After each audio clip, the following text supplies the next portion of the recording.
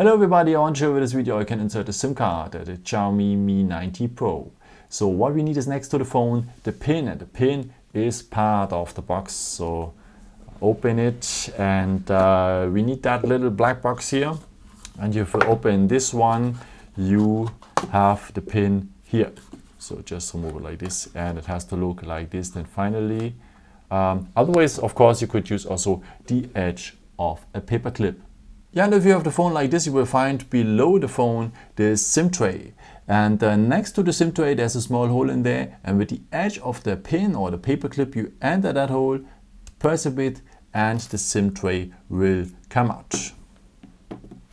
Okay, and as you can see here we are able to enter two SIM cards. So let's start with the first one.